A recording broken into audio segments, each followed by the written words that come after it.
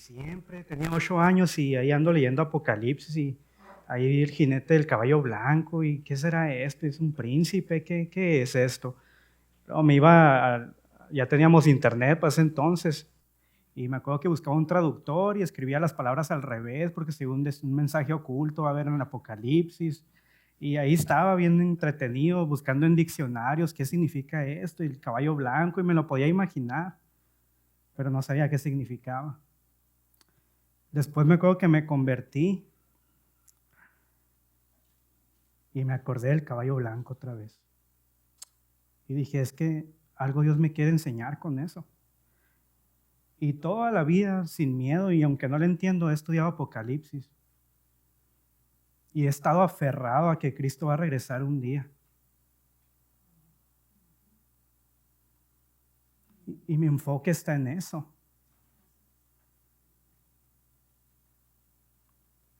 En la vida siempre va a haber problemas, preocupaciones, angustias, tribulación, hambre. Pero luego veo en la palabra y digo, Cristo, es todo lo que necesito. No hay aire, pero tenemos a Cristo. No teníamos sillas bonitas, ahora las tenemos, pero teníamos a Cristo ya. Había una luz ahí nueva, pero Cristo brilla más que esa luz. Nuestra vida debe estar encerrada en quién es Él, en satisfacer los deseos de ese corazón, no los nuestros. Hoy en día es muy común los mensajes de no, supérate, tienes que superarte tú. Cristo te ama así como eres, tú échale ganas, enfócate en tu vida y sigue adelante. Y esos mensajes sí tienen parte, sí nos impulsan, sí nos guían, nos impulsan a seguir conociendo a Dios. Pero cuando vemos la palabra, todo se trata de Él. Es imposible que nosotros nos encontremos aquí, es una historia de Dios. Es una historia que nos invita a Él a participar, es muy distinto.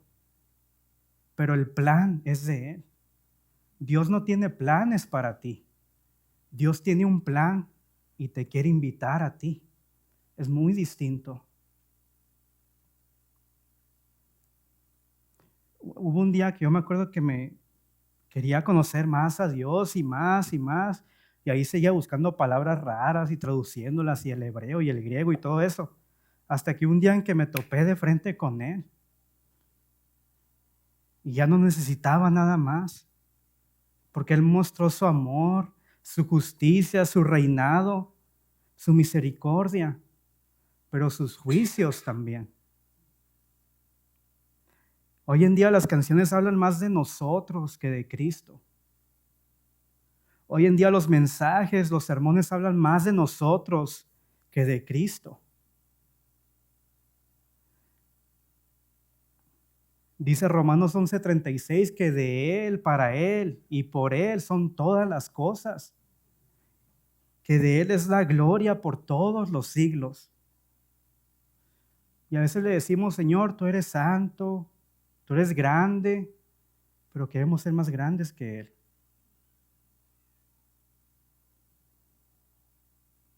Y hoy vamos a estar viendo el Salmo 110, hermanos. El Salmo 110 es un salmo que a mí me perforó el corazón cuando pude ver que se trataba de Él. Y el Salmo 110 es muy interesante porque desde el Salmo 109 viene hablando del mismo tema.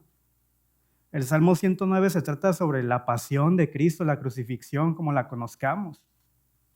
Pero llega el Salmo 110 y puedes ver una conversación que está pasando ahí.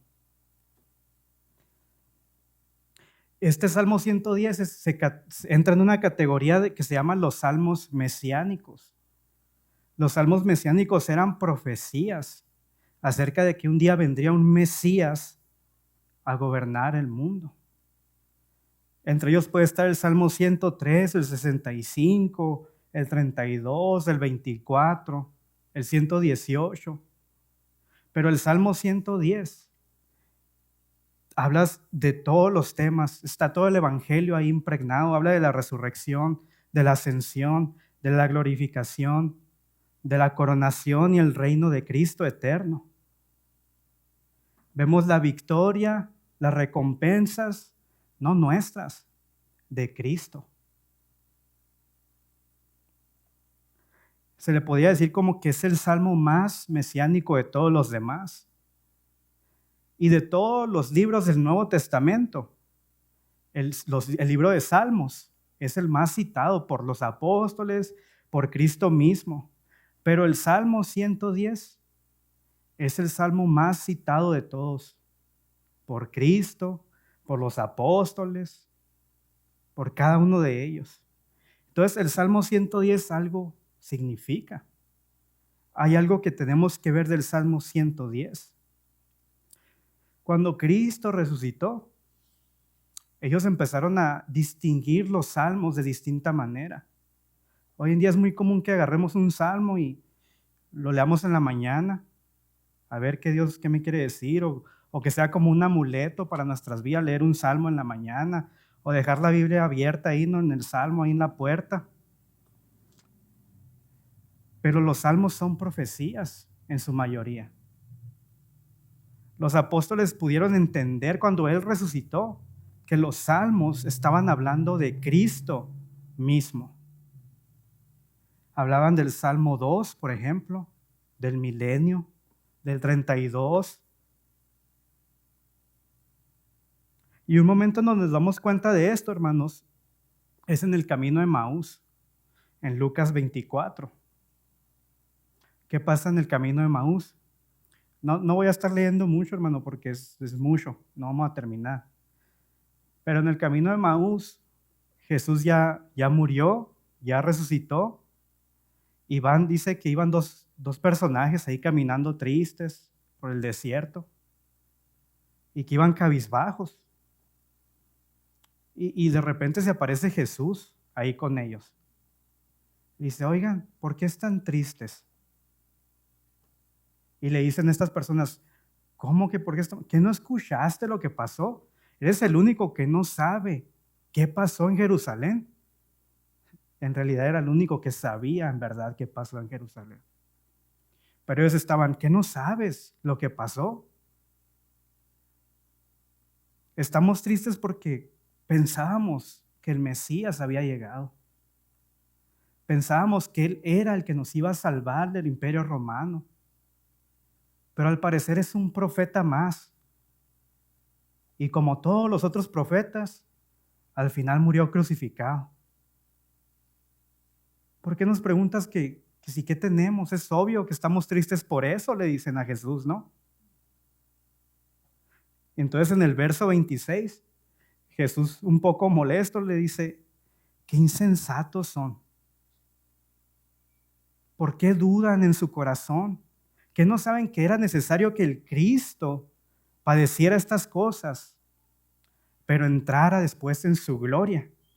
Dice que después de eso Jesús les empezó a hablar desde Moisés hasta todos los profetas y declaraba todas las escrituras a ellos, pero las estaba interpretando de una manera correcta.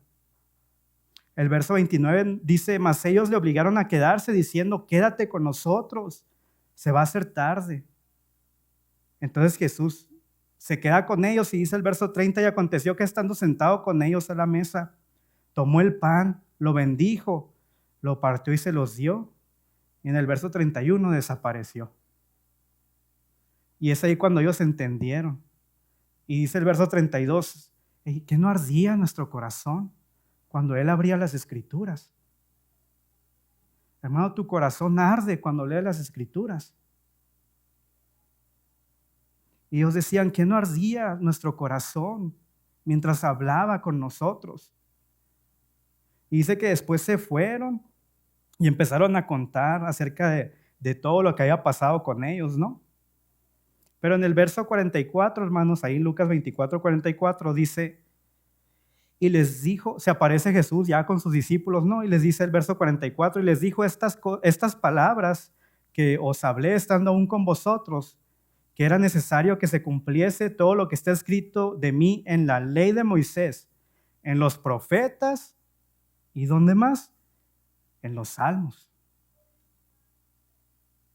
¿Qué hizo Jesús ahí? Abrió el entendimiento de ellos para que vieran que incluso los salmos estaban hablando específicamente de Él, no de nadie más.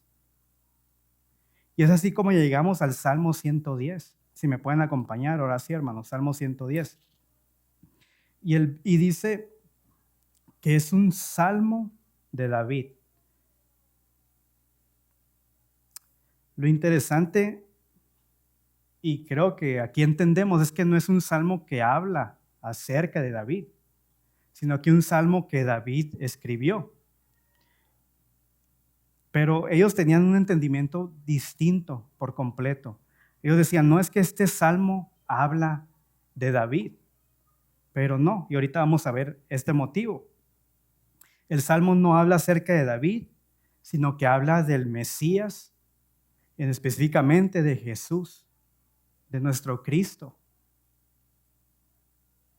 Y en este salmo, hermano, vamos a ver cosas muy fuera de lo común, cosas muy imposibles para el contexto judío que ellos no podían entender de ninguna manera. Por ejemplo, en ese tiempo no era posible que un rey fuera también sacerdote. O era sacerdote o era rey. No podía ser las dos cosas.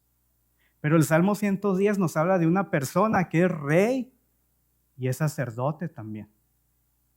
Entonces son cosas que vamos a estar viendo. Pero dice el verso 1, hermanos, del Salmo 110. Y Jehová dijo a mi Señor. ¿Qué está pasando aquí? Vemos que Jehová está hablando. Vemos que David escribió realmente y Yahvé dijo a mi Adonai, a mi Dios. Dijo Dios a mi Dios. Es lo que está diciendo aquí David. No sé si por medio de una visión, no sé si lo inspiró el Espíritu Santo, obviamente sí, pero no sé qué él vio. Pero David tiene un acceso a una conversación en el cielo, una conversación que está pasando entre el Padre y el Hijo. En los evangelios, hermanos, en los 4 evangelios, solamente escuchamos hablar a Dios 3 veces. En los 4 evangelios, en los 4,000 versículos que tienen los 4 evangelios, Dios habla 3 veces. Hermano, yo no sé cómo estás hoy, cómo te ha ido esta semana, este mes, este año, los últimos 10 años, pero hoy vas a ver hablar a Dios 2 veces. No te puede ir tan mal. No te está yendo mal. Cuando te pregunten de qué se trató el sermón ahí, no, escuché hablar a Dios, no 1, 2 veces. Creo que no están entendiendo aquí. Dios habló a Jesús, a su Hijo, y tenemos acceso a esa conversación. Hermano, si batallas con el chisme, te va a encantar el Salmo 110. Nos estamos metiendo a una plática de alguien más. ¿Y qué le dice Dios a Jesús? Le dice, siéntate, toma tu lugar, descansa, ponte aquí en mi diestra, siéntate. ¿Qué está pasando aquí? Jesús acaba de llegar al cielo. Después de su ascensión, cuando Él se aparece a los discípulos, pasa con ellos 40 días, asciende al cielo, llega, Jehová le dice a mi Señor, siéntate. ¿Ok? Entonces, síganme con esto, hermanos. Si vamos al Salmo 24, se vuelve un rompecabezas que vamos a ir armando. Jesús resucita, pasa 40 días con ellos y va a hacer la ascensión. Y los discípulos dicen que lo vieron, así se levantó hacia el cielo, aparecieron ángeles y dicen, así como lo han visto subir, así Él descenderá un día. Si vamos al Salmo 24 en el verso 7, hermanos, vemos esta ascensión de Cristo. Es como una canción que yo podría imaginar que los ángeles estaban cantando al momento de que Cristo está ascendiendo al cielo. Dice, alzado puertas vuestras cabezas y alzaos vosotros puertas eternas, porque entrará el Rey de Gloria. Jesús está ascendiendo, Salmo 24, y dicen, ¿quién es este Rey de Gloria? Es Jehová el fuerte y valiente, Jehová el poderoso en batalla. Alzados, oh puertas, vuestras cabezas y alzaos vosotras puertas eternas, y entrará el Rey de Gloria. ¿Quién es este Rey de Gloria? Jehová de los ejércitos. Él es el Rey de Gloria. ¿Y qué pasa? Salmo 110. Siéntate hasta que ponga a tus enemigos por estrado de tus pies. Ya cumpliste. Siéntate, hijo. Es interesante que cuando ellos leían estos salmos, pensaban que estaban hablando acerca de David. No entendían que hablaban del Mesías. Ellos decían, es que no, es David. David está en el cielo. Él es el Mesías que va a venir. Es David. Incluso si vamos a Hechos capítulo 2. En Hechos capítulo 2, hermanos, se vuelve un poco más claro. Y es como que tienen ya esta revelación y pueden interpretar de mejor manera las Escrituras. Y vemos a Pedro predicando en Hechos capítulo 2, verso 29. Y Pedro está predicando ahí y le dice, varones hermanos, se os puede decir libremente del patriarca David, que murió y fue sepultado y su sepulcro está con nosotros hasta el día de hoy. Pero siendo profeta y sabiendo que con juramento Dios le había jurado que de su descendencia en cuanto a la carne levantaría al Cristo para que se sentase en su trono, viéndolo antes, habló de la resurrección de Cristo, que su alma no fue dejada en el Hades, está citando otro salmo, ni su carne vio corrupción. Verso 32, a este Jesús resucitó Dios, de lo cual todos nosotros somos testigos. Y fíjense el 33 que dice, así que exaltado por la diestra de Dios y habiendo recibido del Padre la promesa del Espíritu Santo, que ha derramado esto en vosotros, lo que vosotros ves y oís. Verso 34, miren lo que dice. Porque David no subió al cielo, pero él mismo dice, dijo el Señor a mi Señor, siéntate a mi diestra hasta que ponga a tus enemigos por estrado de tus pies. ¿Qué está haciendo Pedro? Citando el Salmo 110. Dijo, hermanos, el Salmo 110 no dice que David está en el cielo, habla de que Cristo está en el cielo. Y para ellos era como, no es David, es Cristo. Y lo acabamos de matar. Y por eso le dicen, ¿y qué vamos a hacer hoy? ¿Qué hacemos? Y Pedro le dice, arrepiéntanse y encontrarán el perdón de Dios. Entonces, ven, el Salmo 110 está hablando de Cristo. Pero ahora vamos a Mateo capítulo 22. Vamos a seguir viendo esto mismo que está pasando. Y es algo muy interesante la manera en que Jesús siempre hablaba. Mateo 22, encontramos 3 preguntas muy interesantes que le están haciendo a Jesús. En este Mateo 22 es un martes, faltan 2 días para que Él lo crucifiquen. Entonces el día martes está en el templo y quieren ponerle una trampa a Jesús. Están buscando la manera en cómo hacer para que Jesús diga una blasfemia, cómo hacer para acusar a Jesús. Entonces empiezan a mandar gente hacia Jesús. Y la primera pregunta que le hacen, llegan con una moneda los fariseos. Dicen, hey Jesús, ¿es lícito pagar los impuestos al César? Y Jesús dijo, a ver, préstame una moneda. Le prestaron la moneda, ¿no? Y ellos, sí, ya lo tenemos. Ya va a caer ahorita, va a decir una blasfemia y lo van a matar. Y Jesús dice, ¿de quién es la imagen que aparece en esta moneda? No, pues es del César. Y dice, pues den al César lo que es del César. Y ustedes que tienen la imagen de Dios, dense a Dios. Y es como que ellos, y se fueron. Ya llegaron allá a dar reporte, no sé. ¿Y qué les dijo? No sabemos, no le entendimos. Ok, vamos a mandar a alguien más. Y mandan a otros fariseos ahí. Y le empiezan a decir, ¿sabes qué, Jesús? Hay un hombre ahí que se casó con una mujer. Entonces la mujer murió. No, el hombre murió.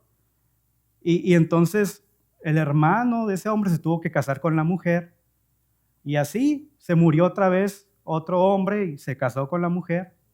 Y otra vez, y otra vez. Y así ya le dice Jesús, ¿de verdad es el mejor tiro que tienen ese? Le dicen, bueno, pues ¿de quién va a ser esposa esta mujer en el día, en la eternidad? Y Jesús les responde, lo que es imposible para ustedes es posible para Dios. Entonces ellos y se fueron. Llegan a dar el reporte y ¿qué pasó? ¿Qué les dijo? No sé.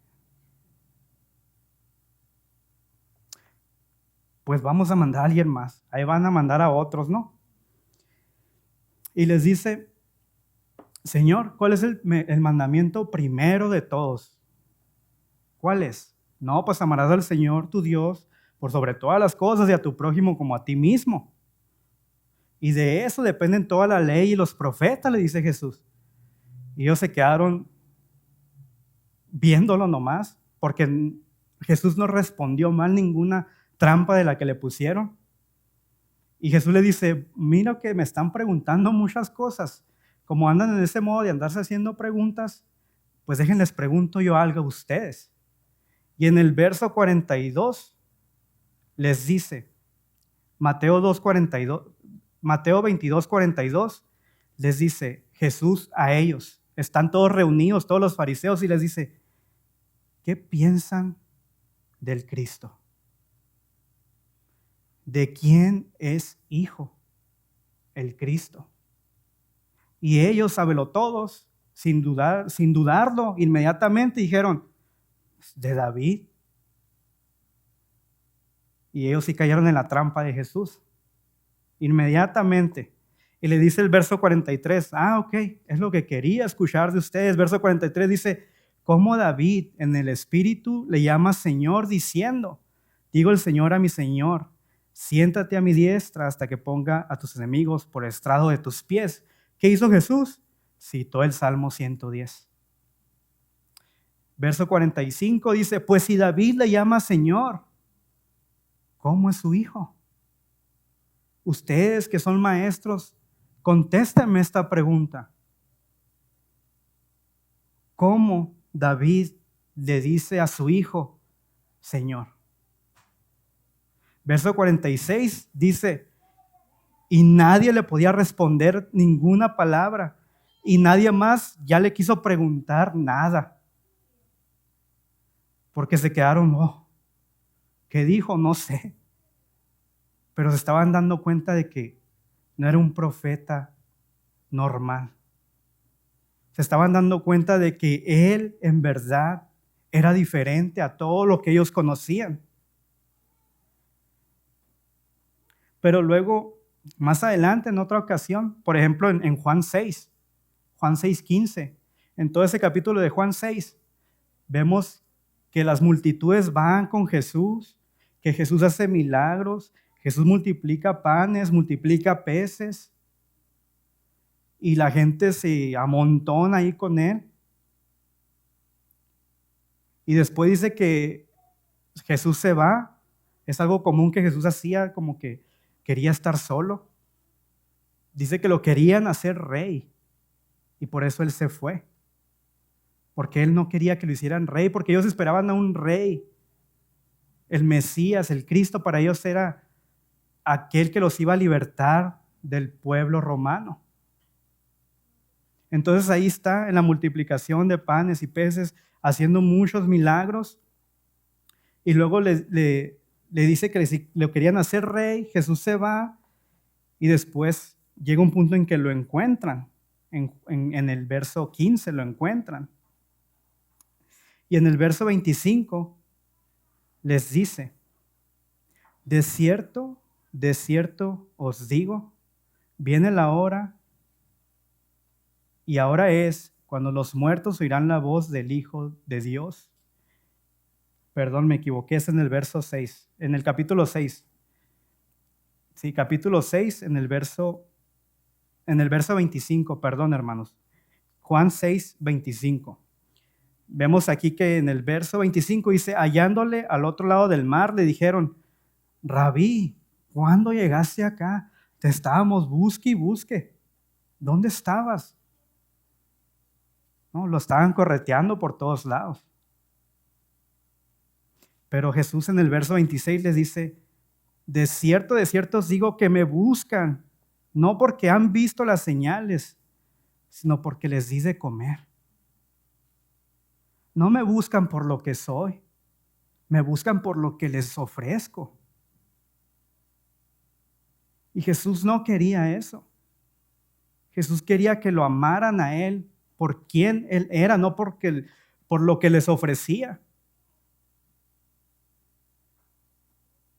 Trabajad no por la comida que perece, sino por la comida que a vida eterna permanece, la cual el Hijo del Hombre os dará, porque a este señaló Dios, el Padre. Entonces Jesús ahí empieza a hablar de esto que creo que todos conocemos, que dice: yo soy el pan de vida.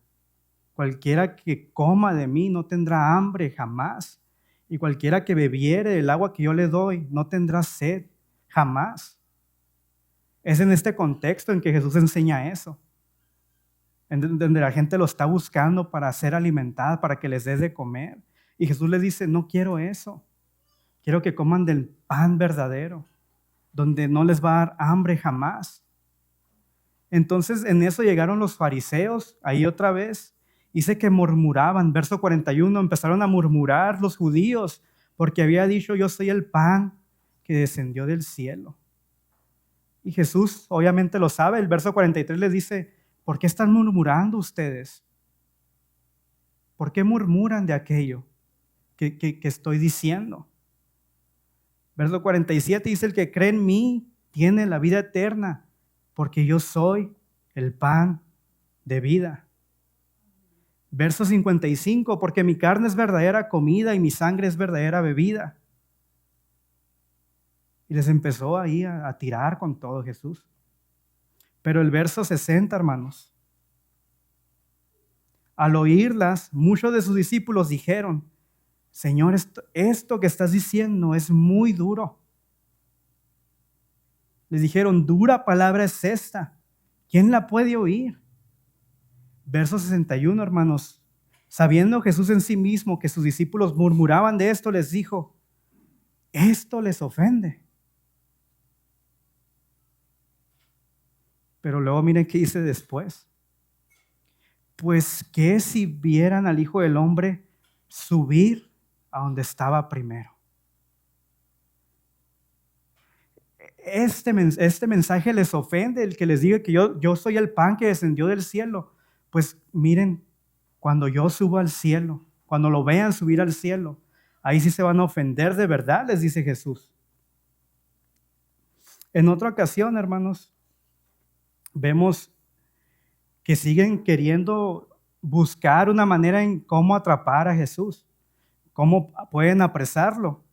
Y en Mateo 26, ya Judas vendió a Jesús, ya lo tienen ahí delante del juicio y llevan a 2 testigos falsos para que diga, que invente cosas acerca de Jesús.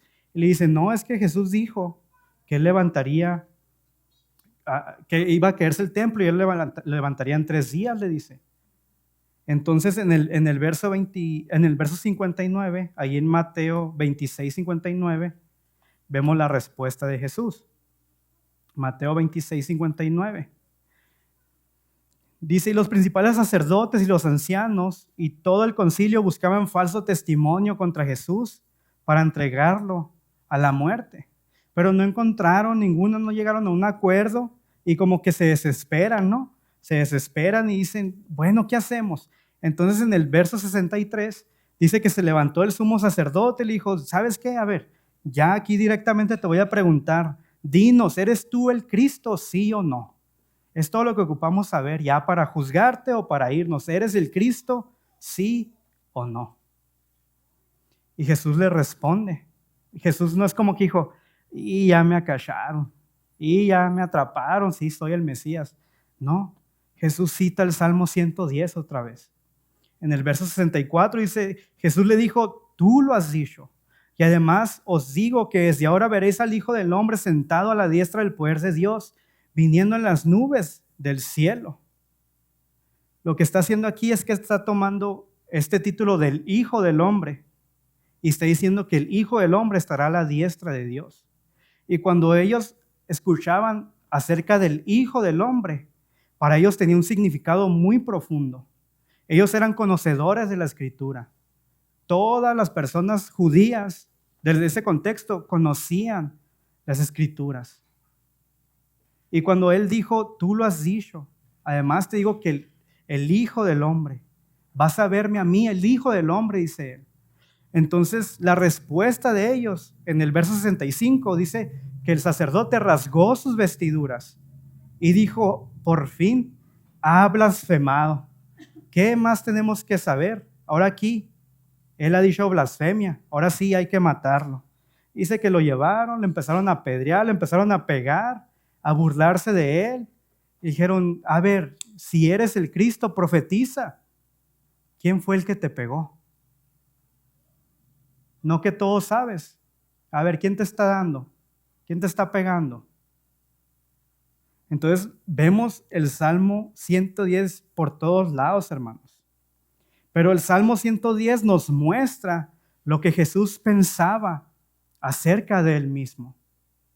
El Salmo 110, vemos que Jesús lo interpreta de la manera en que tenía que ser. Pero ellos seguían esperando a ese Mesías que los iba a liberar del pueblo romano. Pero las Escrituras, cuando las entendemos, nos hablan de un rey y un sacerdote que nosotros necesitamos, que nosotros ocupamos.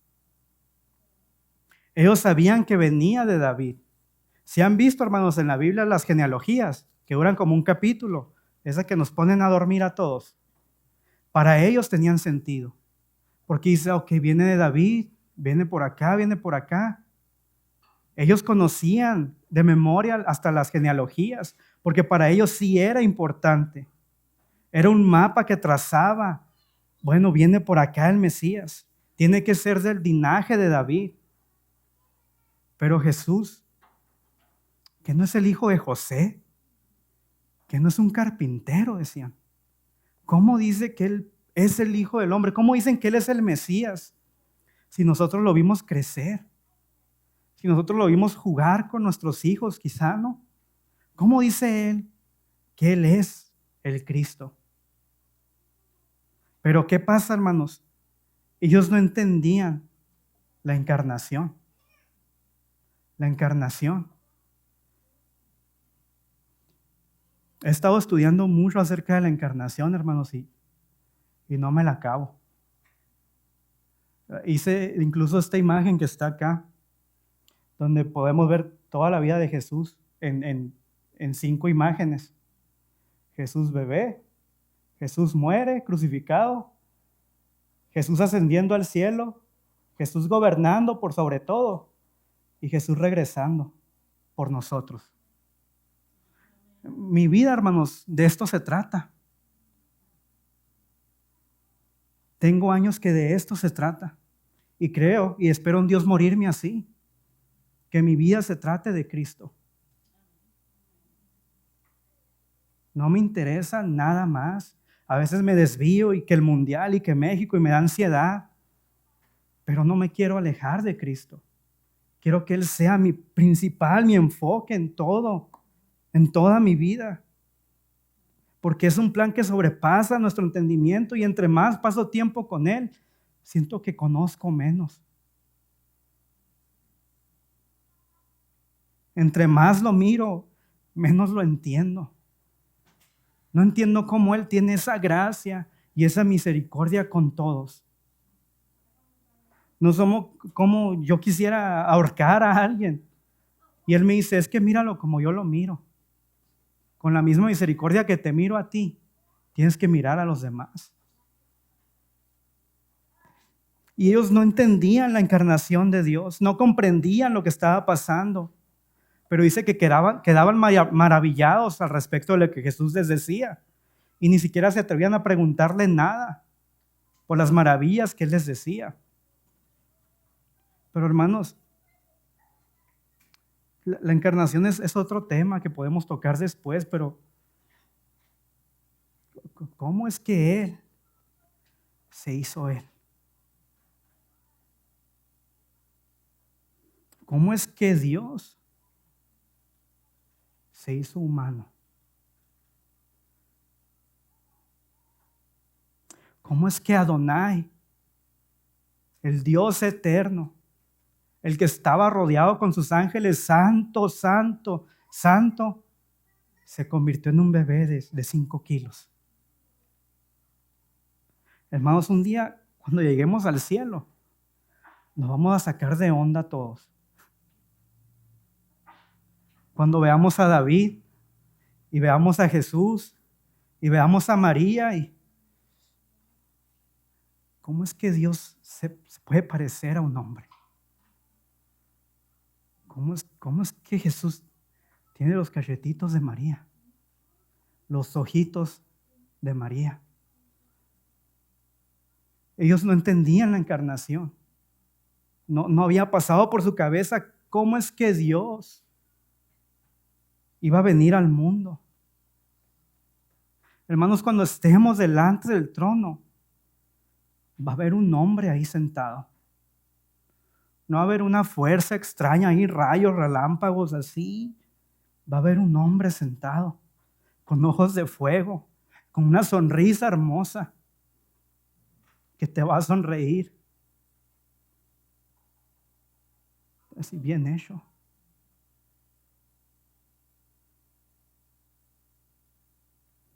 Ese es el Cristo, hermanos. Ese es nuestro Dios. ¿Cómo es que el hijo de David era Dios? Por eso David dice, dijo el Señor a mi hijo, pero es mi Dios. ¿Te imaginas al escriba ahí? Escribe, dijo Dios a mi Dios, y el escriba, David, no tiene sentido, tú escríbelo.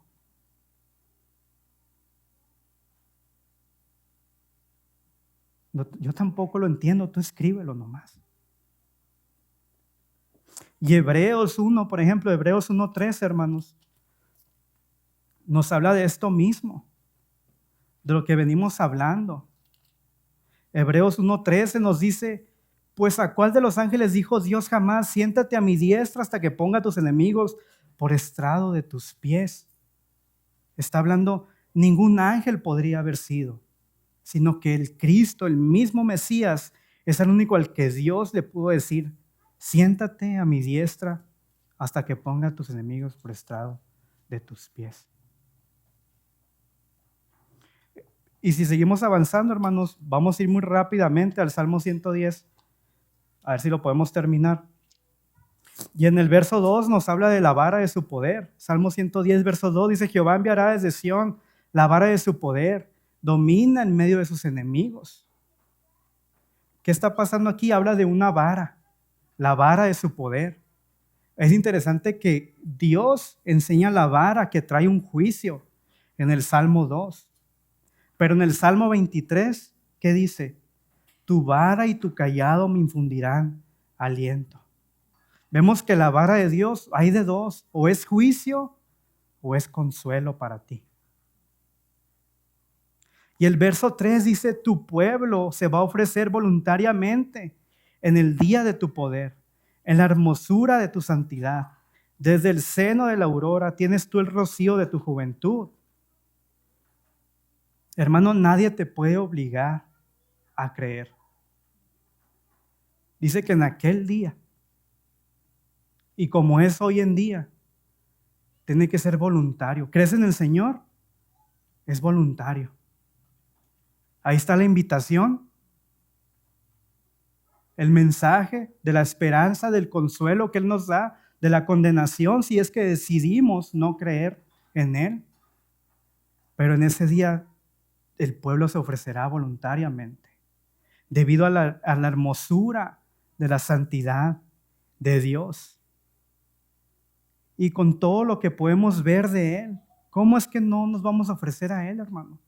Si Él siempre ha sido bueno con nosotros, si Él siempre ha estado ahí en los momentos donde nadie más está con nosotros, ¿cómo no ofrecernos voluntariamente a Él? ¿Cómo no amarlo a Él? ¿Cómo no escogerlo a Él? ¿Cómo no seguirlo? ¿Por qué seguimos prefiriendo otras cosas que a Dios? Y el seguirlo implica morir a nuestros deseos, a nuestro pecado, a nuestros sueños, nuestros anhelos. Porque nuestra vida ahora se debe de tratar de Él, de lo que Él quiere, del plan que Él tiene.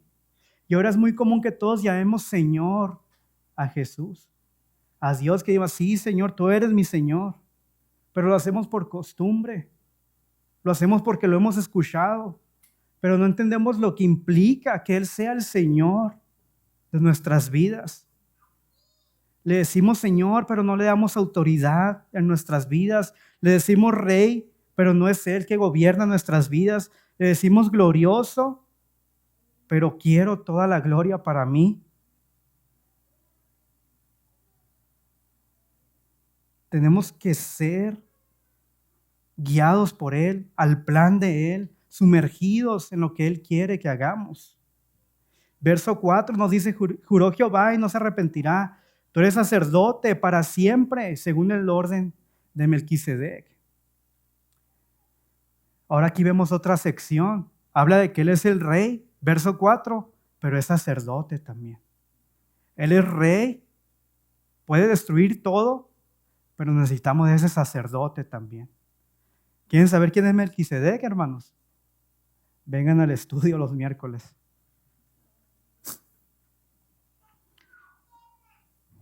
Pero vemos que Él es un rey Mesías y es un rey que es sacerdote también. Entonces, hasta este punto, hermanos, ya hemos visto que Jesús sufrió en su cuerpo, ascendió. Luego el Salmo 24 con esta canción, entra al lugar celestial, Jehová le dice, siéntate. Empieza a hablar del dominio de Cristo, de su señorío, pero empieza a decirnos que Él es el Cordero de Dios también.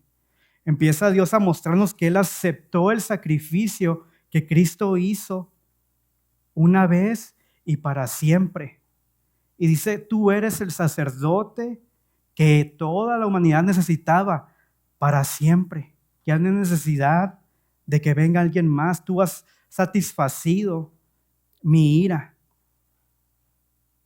Y el verso 5 y 6, hermanos, nos muestran algo muy difícil de entender acerca de Dios. Y fíjense que yo estoy aprendiendo a amar esto de Dios. Estoy aprendiendo a amar la ira de Dios, el juicio de Dios. Y es algo que me desagrada en mi carne. Lo leo y es como, oye, ¿a poco sí eres así? Vamos rápidamente, hermanos, a Apocalipsis 19.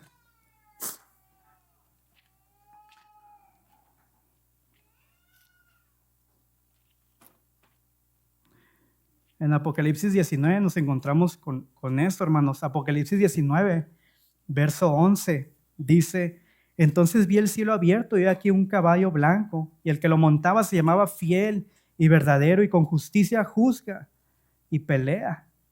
Sus ojos eran como llama de fuego y había en su cabeza muchas diademas y tenía un nombre escrito que ninguno conocía sino él mismo. Y estaba vestido de una ropa teñida de sangre. Y su nombre es el Verbo de Dios. Estaba teñida de sangre su ropa. Verso 17 que dice: y vi un ángel que estaba en pie en el sol y clamó a gran voz, diciendo a todas las aves que vuelan en medio del cielo: vengan, congréguense a la gran cena de Dios, para que coman carne de reyes, de capitanes y carnes fuertes, carnes de caballos, de sus jinetes, carne de todos, libres, esclavos, pequeños y grandes. ¿Qué está pasando? Hay una masacre. Y Dios le dice: ahora sí, aves, vengan, cómanse esto. Limpien de esta masacre. Límpienlo, coman. Isaías 63, vemos a Isaías viendo a un hombre que viene caminando, le dice: ¿por qué vienes manchado de sangre? Y él le responde: porque acabo de venir de destruir a mis enemigos. Y ese es el Señor. Y estoy aprendiendo a amarlo así también. Parece que es algo muy sanguinario, es una masacre, pero eso lo puedo ver la santidad de Dios ahí. Que Él va a destruir a todos sus enemigos y que no es algo malo de Él, porque todos los días nos da la oportunidad de que lo sigamos. Pero va a llegar el día en el que Él va a regresar y va a aplastar la cabeza de sus enemigos. Salmo 110 dice: hasta que ponga a tus enemigos por estrado de tus pies. En Ezequiel 39 nos habla de cómo Él va a machacar a todos sus enemigos. Y dice que el pueblo va a tardar hasta 7 meses en enterrar a todos los que Él mata. Y ese es el Señor también. Y tenemos que amarlo así también. Y ya para terminar, hermanos, en el Salmo 110 vamos al verso 7, donde vemos el verso 5 y 6, dice: el Señor está a tu diestra, quebrantará a los reyes en el día de su ira, juzgará entre las naciones, las llenará de cadáveres, quebrantará las cabezas en muchas tierras. Y el verso 7 es: entonces Él va a tomar agua. Y se acabó la historia. Él reina, Él gobierna, es el sumo sacerdote que tiene misericordia de nosotros, que intercede por nosotros. Un día va a regresar a aplastar a sus enemigos y al final tomará agua. Es interesante, en la crucifixión dice que Él rechazó la mirra, no quiso beber, exhaló y bajó su cabeza. Y aquí dice que Él tomará agua en el camino y levantará su cabeza en victoria. Así que, hermanos, para cerrar esto, me tardé mucho, creo, pero a mí me gusta mucho C.S. Lewis. C.S. Lewis escribió las Crónicas de Narnia, es un autor que me gusta mucho. Entonces, ahí en las Crónicas de Narnia aparece Lucy. Lucy es la niña chiquita.